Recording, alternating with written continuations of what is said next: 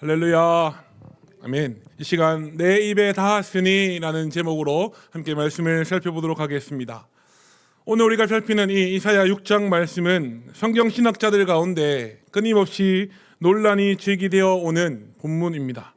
6장 말씀을 보게 되면 이사야의 소명, 이사야를 하나님의 말씀을 전하는 자로 부르시는, 그 선지자로 세우시는 하나님의 부르심을 기록하고 있는데요, 구약의 다른 선지자들을 보게 되면 이 소명의 말씀을 그 책 가운데 가장 처음에 기록하고 있는 반면에 이사야서는 6장에 와서야 이사야가 하나님의 부르심을 받았다, 하나님이 이사야를 하나님의 말씀을 전하는 선지자로 세우셨다라는 말씀이 기록되어 있기 때문입니다.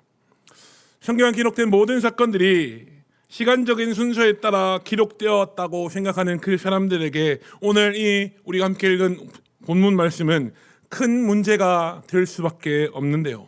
왜 그렇습니까? 그러면 시간 순서대로 이 말씀들이 기록되었다라고 한다면 1장에서부터 5장까지의 말씀은 이사야가 하나님이 주시는 그 죄사함을 받기 전에 부정한 입술로 전한 메시지란 말인가? 그러면 1장부터 5장까지의 말씀들은 하나님의 말씀으로 받아들일 수 없는 것인가? 라는 질문이 발생하기 때문입니다.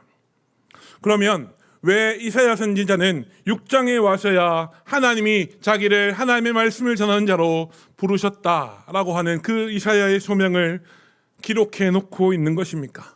그 부르심, 하나님이 이사야를 부르시는 그 내용을 보게 되면 우리는 어렵지 않게 6장에 와서 그 소명을 기록하는 이유를 찾아볼 수 있는데요, 우리가 함께 읽었던 10절 말씀을 보게 되면 이스라엘 백성들이 다시 하나님께로 돌아와 고침을 받을까? 하나님이 무엇 하신다라고 말씀합니까?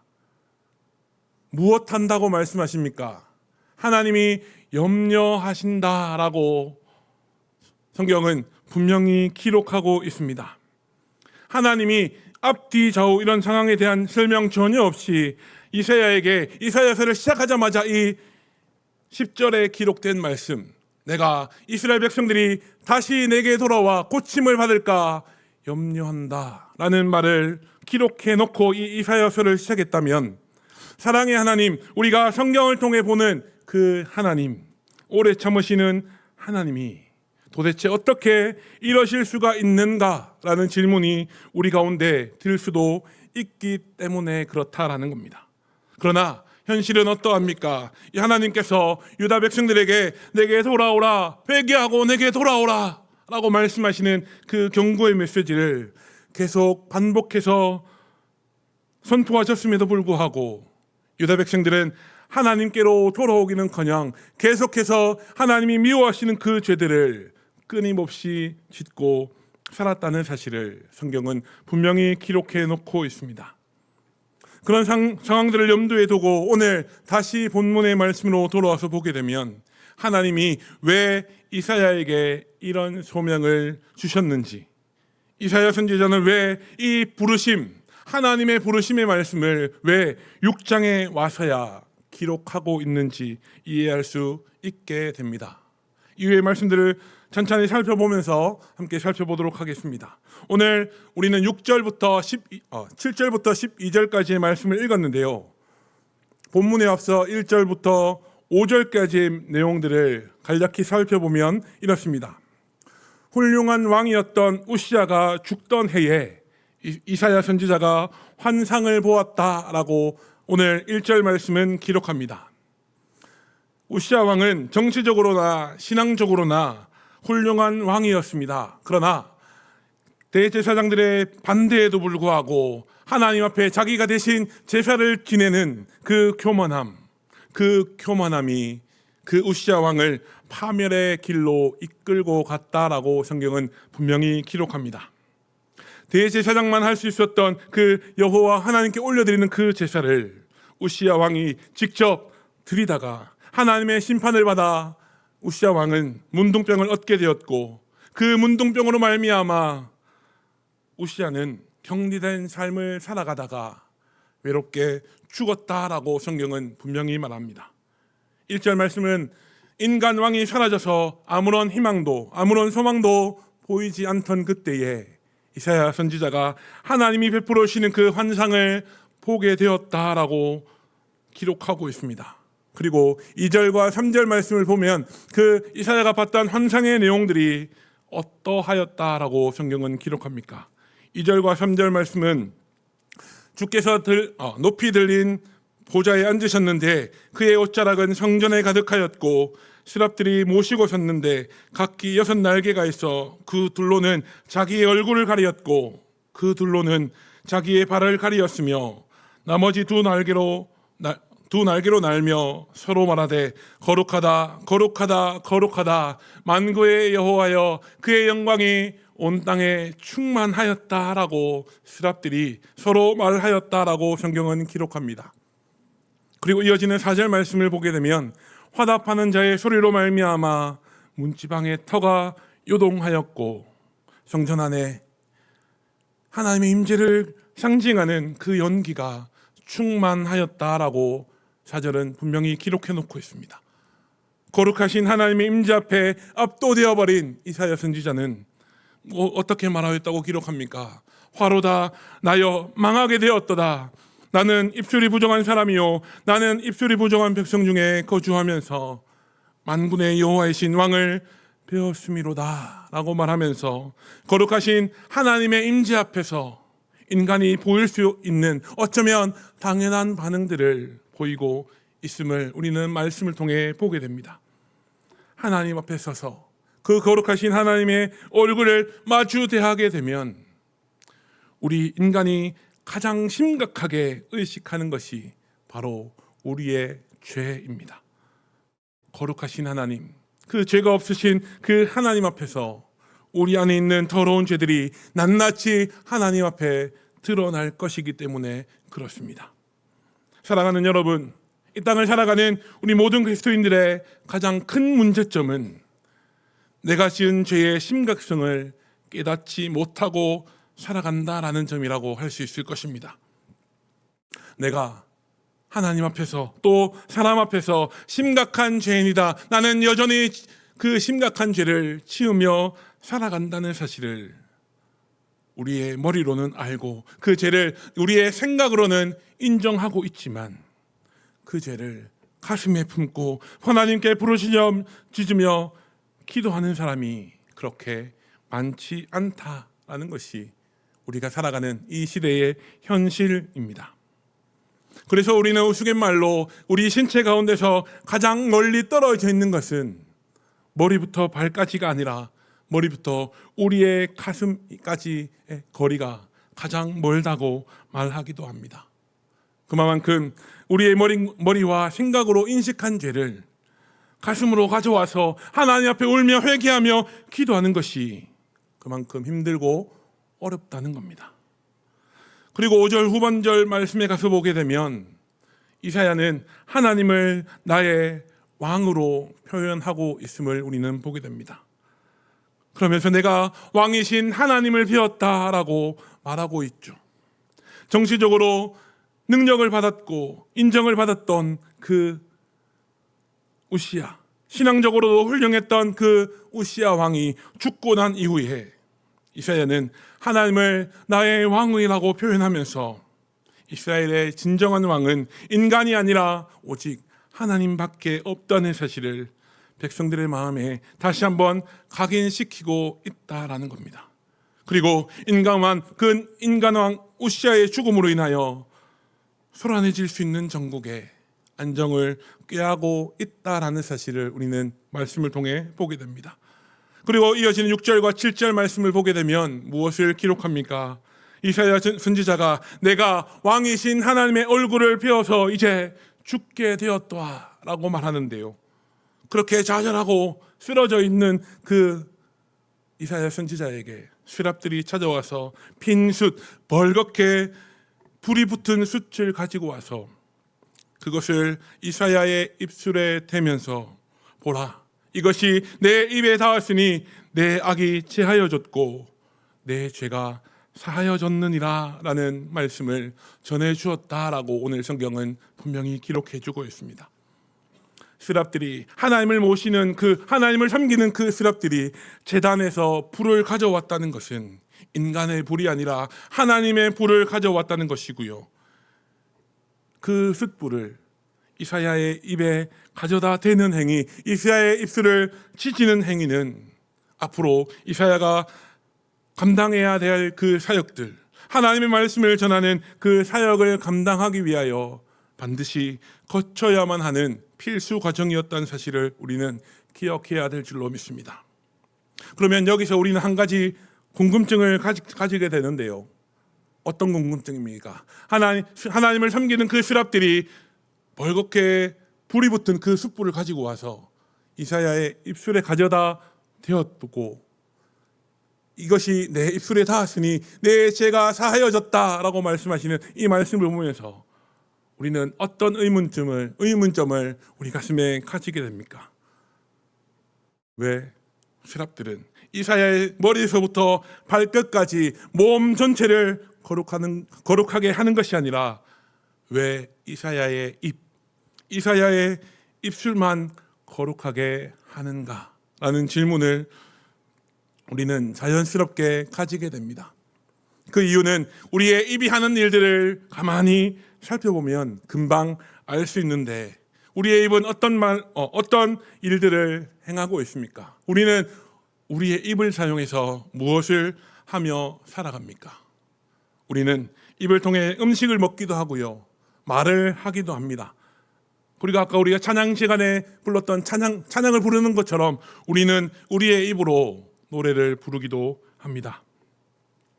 오늘 본문이 이사야의 입에 그 숯불을 가져다 대고 그 입술만 거룩하게 하는 이유는 말과 관련된 이유 때문이라고 우리는 판단할 수 있는데요. 말씀을 전하는데, 하나님의 말씀을 전하고 선포하는데 가장 필요한 기관이 입이기 때문이고, 또 우리가 우리의 입으로 내뱉는 수많은 말들을 통하여 죄를 짓기 때문에 스랍들은 그 이사야의 입술, 그 입을 정결하게 하였다라는 사실을 우리는 기억해야 될 줄로 믿습니다. 스랍들은 하나님의 하나님의 숯불을 가지고 이사야의 입에 댄 이후에 무엇이라고 말합니까? 내 악이 제하여졌고 내 죄가 사라졌다라고 말하면서 이사야가 죄 용서함을 받았다라고 분명히 선포하고 있습니다. 하나님의 백성들은요, 하나님의 일들을 시작하기 전에 반드시 거쳐야 하는 과정이 하나 있습니다. 그것이 무엇입니까? 자신의 죄를 깨끗하게 씻는 계기가, 그 사건이 우리에게는 분명히 필요합니다. 이사야 선지자는 스랍들이 하나님의 숯불로 자기의 입술을 댄 그 숯불을 이사야의 입술에 댄 그 사건을 계기로 죄사함을 받게 되었고 하나님의 말씀을 전달하는 선지자로 세워지게 되었다라는 사실을 오늘 본문 말씀은 우리에게 분명히 말하고 있습니다. 사실 구약 성경에서 죄 용서함을 받았다라고 하는 일들은요, 그렇게 흔한 일이 아니었습니다. 우리가 알고 있는 여호와 하나님께 드렸던 그 제사들은 어떤 것이었습니까? 나 대신, 죄로 인해 죽어야 할 나 대신 동물을 잡아 그 피를 하나님 앞에 올려드림으로 말미암아 우리의 죄가 사라지는 것이 아니라 우리의 죄를 하나님 앞에서 잠시 덮어두는 것이었습니다. 그런데 오늘 말씀을 보게 되면 이사야는 스랍들로부터 내 죄가 용서함을 받았다라고 하는 분명한 선언을 듣게 되었고, 하나님의 사랑과 은혜를 경험하는 아주 특별하고 감격스러운 일들을 경험하게 되었다라는 것을 오늘 우리는 말씀을 통하여 보게 됩니다. 그리고 이어지는 8절 말씀을 보게 되면 왕이신 그 하나님의 목소리와 그 하나님의 말씀에 반응하는 그 이사야 선지자의 대답을 어떻게 기록해 놓고 있습니까? 우리 8절 말씀을 함께 읽도록 하겠습니다. 시작. 내가 또 주의 목소리를 들으니 주께서 이르시되 내가 누구를 보내며 누가 우리를 위하여 갈꼬 하시니 그때 내가 이르되 내가 여기 있나이다 나를 보내소서 하였더니. 아멘. 8절 말씀은 내가 또 주의 목소리를 들으니 주께서 무엇이라 말씀하셨다고 기록합니까? 내가 누구를 보내며 누가 우리를 위하여 갈꼬라고 말씀하셨고, 그 말씀에 이사야는 어떻게 반응해야 하였다고 기록합니까? 주님, 내가 여기 있으니 나를 보내옵소서, 나를 보내주시옵소서라고 반응하였다라고 성경은 분명히 기록해 놓고 있습니다. 구약에 등장하는 여러 선지자들을 보게 되면 보통 하나님의 부르심, 그 하나님의 소명을 받게 되면 어떻게 반응합니까? 하나님, 내가 그 일을 어떻게 감당할 수 있을까요? 하나님, 이스라엘 백성들이 내가 하나님의 말씀을 전한다라고 하면서 말을 하면, 그 하나님의 말씀을 전하게 되면 그들이 내 말을, 내 입으로 선포되어지는 그 하나님의 말씀들을 귓등으로도 듣지 않을 겁니다 라고 말하면서 나는 가지 않겠습니다 라고 말하거나, 또 하나님, 나는 안 됩니다, 나는 너무 부족합니다, 하나님 보낼 만한 자를 보내시옵소서 라고 말하는 경우를 우리는 흔히 살펴볼 수 있습니다. 우리가 너무나 잘 아는 예레미야가 그랬고요, 에스겔이 그랬고, 선지자는 아니지만 이스라엘 백성들의 출애굽을 이끌었던 모세 역시도 그랬다라는 것을 우리는 성경을 통하여 보게 됩니다. 그런데 오늘 말씀을 통하여 보는, 오늘 본문 말씀을 통해 보는 이사야는요, 선뜻 나서서 주님, 내가 여기 있나이다, 나를 보내소서라고 말하면서 선지자 사역을 감당하는 일에 아주 적극적인 자세, 구약의 여느 선지자들과는 전혀 다른, 그 선지자들에게서 찾아보기 어려운 아주 적극적인 태도를 보이고 있다는 것을 우리는 보게 됩니다. 너는 내 백성에게 가서 하나님의 말씀, 여호와 하나님께로 돌아오라고 말씀하시는 그 하나님의 명령, 그 말씀을 내 백성 이스라엘 백성들에게 전달하라, 선포하라 라고 하시는 하나님의 명령이 아니라 내가 누구를 보내며 누가 우리를 위하여 갈꼬라고 말씀하시는 하나님의 독백을 듣고 이사야는 선뜻 내가 여기 있으니 하나님 내가 가겠습니다, 나를 보내주십시오 라고 대답하고 있다라는 겁니다. 이사야 선지자가 이렇게나 적극적으로 하나님의 말씀 앞에 반응할 수 있었던 이유, 하나님의 말씀을 전하는 그 일을 하기 위하여 하나님 나를 보내주십시오 라고 말하는 이유가 무엇이었겠습니까? 무엇이 이사야 선지자를 이스라엘 백성들에게 하나님의 말씀을 담대하게 전할 수 있도록 만들었던 것일까요? 성경은 그 이유를 명확하게 기록해 놓고 있지 않습니다마는 나는 하나님을 바라볼 수도, 하나님을 향하여 나아갈 수도, 하나님 앞에 고개조차 들 수 없는 죄인임에도 불구하고 나를 사랑하셔서 나의 모든 죄를 용서해 주신 그 하나님의 은혜와 사랑을 이사야 선지자는 몸소 체험했기 때문에 하나님 내가 가겠습니다, 나를 보내주십시오 라고 담대하게 대답할 수 있었다라는 사실을 우리는 어렵지 않게 유추해 볼 수 있습니다. 뿐만 아니라 나의 모든 죄를 용서하셨던 그 하나님은 이스라엘 백성들이 지금도 여전히 하나님께로 돌아오기를 원하시는 분이고, 이스라엘 백성들이 하나님께로만 돌아오기만 한다면 하나님은 그 모든 이스라엘 백성들의 죄를 용서하시기를 원하시는 하나님이라는 사실을 이스라엘 백성들에게 선포할 날을 기대하면서 아마도 선지자는, 이사야 선지자는 이런 적극적인 반응을 보였을 것입니다. 그런데요, 9절과 10절 말씀을 통하여 주시는 하나님의 메시지는 이런 이사야 선지자의 예상과는 전혀 다른 것이었다라고 기록하는데, 우리 9절과 10절 말씀을 다시 한 번 더 읽어보겠습니다. 시작. 여호와께서 이르시되 가서 이 백성에게 이르기를 너희가 듣기는 들어도 깨닫지 못할 것이요 보기는 보아도 알지 못하리라 하여 이 백성의 마음을 둔하게 하며 그들의 귀가 막히고 그들의 눈이 감기게 하라. 염려하건대 그들이 눈으로 보고 귀로 듣고 마음으로 깨닫고 다시 돌아와 고침을 받을까 하노라 하시기로. 아멘. 하나님은 9절과 10절 말씀을 통하여 이사야에게 무엇을 명령하고 계십니까? 나 여호와에게로 돌아오라. 그리하면 내가 너희의 모든 죄를 용서해 주겠다라는 말씀이 아닙니다. 그 말씀이 아니라 이 백성들, 이 이스라엘 백성들의 마음을 둔하게 하며 그들의 귀가 막히고 그들의 눈이 감기게 하라는 명령을 하나님은 이사야 선지자에게 지금 내리고 계신다는 겁니다. 우리가 9절과 10절 말씀을 대하면서 우리가 꼭 기억해야 할 단어가 한 가지 있는데요. 그 단어는 바로 이 백성이라는 말입니다. 하나님은 지금까지 이스라엘 백성들을 향하여 늘 내 백성, 내 사랑하는 백성, 나의 백성이라고 말씀하셨는데 오늘 본문에 와서 하나님은 그 이스라엘 백성들에게 이 백성이라는 단어를 사용하고 계신다는 점입니다.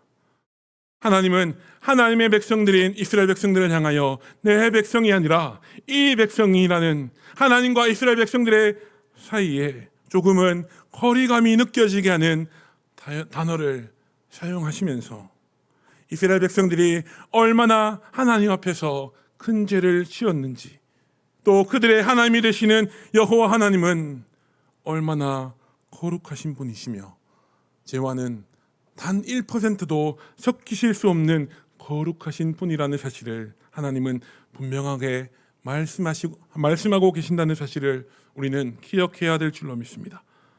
그리고 우리가 앞서 살펴봤지만 10절 후반절의 말씀은 하나님이 무엇을 염려하신다라고 말합니까? 그들이 눈으로 보고 귀로 듣고 마음으로 깨달아 다시 하나님께로 돌아와 고침받는 그 일을 하나님은 염려하고 계신다라고 성경은 분명히 기록합니다. 9절과 10절 말씀을 보면요, 오직 하나님의 심판, 이스라엘 백성들을 심판하시는 그 하나님의 엄중한 심판만을 전제하고 있다라는 사실을 보게 됩니다. 하나님이 사사기 말씀을 통하여서 이스라엘 백성들을 심판하신 이후에 사사를 세우셔서 그 사사가 나라를 다스리는 동안 이스라엘 나라가 회복되어지고 평안을 누리게 하셨던 것과는 달리 하나님은 엄한 심판을 통하여 이스라엘 백성들을 완전히 쓸어버리고자 하는 하나님의 무서운 명령을 기록하고 있다라는 겁니다. 그렇기에 무서운 심판, 회복이 전제되어 있지 않는 그 심판들을 하나님은 진행하시기 전에 이스라엘 백성들이 들어도 깨닫지 못하는 메시지, 보아도 무엇을 보았는지 알 수 없는 메시지, 곧 회개하고 하나님께로 돌아오는 그것을 막고 방해하는 그런 메시지를 전하라라고 이사야 선지자에게 말씀하고 계신다는 겁니다. 본문의 앞서 1장에서 5장까지의 말씀은 하나님은 이스라엘 백성들이 하나님께로 돌아올 수 있도록 수많은 회개의 기회들을 많이 주셨음에도 불구하고 이스라엘 백성들은 돌아오지 아니하였고 하나님은 그 이스라엘 백성들을 심판하기 위하여 이사야 선지자를 부르셨다라는 겁니다. 그렇기 때문에 하나님이 이사야 선지자를 부르시는 장면, 이사야의 소명을 기록하는 말씀이 1장에서부터 기록되는 것이 아니라 오늘 우리가 살피는 6장에 와서야 나온다라는 사실을 우리는 기억해야 될 줄로 믿습니다. 이사야 입장에서 보면 전혀 예상치 못했던 말씀들, 이스라엘 백성들을 심판하시고 이스라엘 백성들을 내가 확 쓸어버리겠다라고 말씀하시는 그 하나님의 말씀에 이사야는 무엇이라 대답했다고 기록합니까? 11절 앞부분에 보니까 주여 어느 때까지이니까? 라고 하나님 앞에 물어봤고 그 질문에 하나님은 무엇이라 대답하십니까? 유다의 주민들이 모두 사라져 없어져 버릴 때까지 라고 대답하셨다라고 기록하면서 오늘 본문은 마무리가 됩니다. 그런데 오늘 본문 이후에 한 절 남은 그 13절 말씀에 가서 보면 하나님은 인구의 10분의 1을 남겨두시겠다라고 하나님은 말씀하십니다.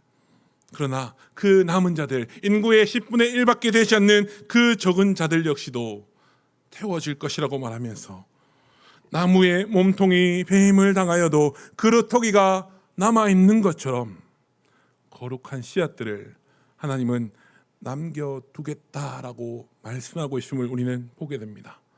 하나님은 그 그루터기처럼 남은 그 소수의 남은 자들을 통하여 새로운 나라를 만드실 씨앗으로 사용하시겠다라고 성경은 분명히 예고하고 있습니다. 나무의 밑동이 잘려나간 이후에 남은 그루터기에서 새로운 순이 돋아나서 새로운 나무를 세워져 가는 것처럼 하나님은 소수의 남은 자들을 통하여 하나님의 새로운 백성, 새로워진 이스라엘을 만들어 나가겠다고 말씀하고 있다는 사실을 기억하시는 저와 여러분들이 다 되실 수 있기를 간절히 소망합니다. 이제 말씀을 정리해 볼 텐데요. 오늘 우리는 우리가 함께 살펴본 이 말씀을 통하여 이사야의 사역, 이사야의 소명이 왜 6장에 가서 나오는지, 또 그 하나님의 부르심에 이사야는 무엇이라 반응하고 있는지, 또 스랍들이 하나님의 숯불을 가지고 와서 이사야의 입에 댄 후에야 이사야를 하나님의 말씀을 전하는 선지자로 세우셨다라는 사실을 보게 됩니다.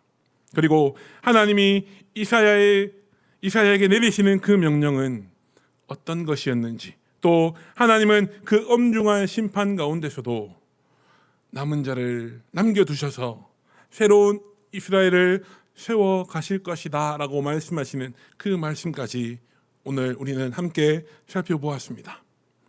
또한 우리가 믿는 하나님은요, 죄를 반드시 심판하셔야만 하는 공의로운 하나님이시고, 이스라엘 백성들은 수많은 회개의 기회가 있었음에도 불구하고 하나님께 회개하며 돌아오지 않았다라는 것, 그리고 하나님은 이스라엘 백성들을 쓸어버리실 심판을 지금 준비하고 계신다라는 사실을 오늘 말씀을 통하여 우리는 보았습니다.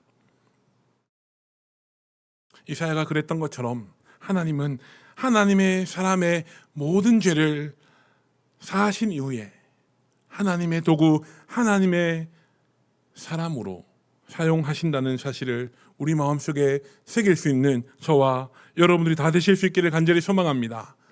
죄가 있는 모습으로 우리는 하나님 앞에 쓰임받을 수 없습니다. 왜 그렇습니까? 우리가 믿는 하나님은 죄가 없으신, 죄와는 단 1%도 섞이실 수 없는 거룩하신 분이시기 때문입니다. 나의 모든 죄를 용서하시고 나를 하나님의 도구로, 하나님의 일을 이루어가는 그 도구로 삼아주셨던 하나님, 하나님의 일, 우리에게 맡겨주신 그 사역을, 그 사명을 감당하는 자에게 넘치는 은혜를 부어주시는 그 하나님을 나의 구주로 고백하며 그 하나님의 놀라운 손길을 경험하고 그 하나님의 인도하심을 따라 살아가시는 대구 동생 모든 가족들이 다 되실 수 있기를 우리 구주 예수님의 이름으로 축복합니다. 함께 기도하겠습니다.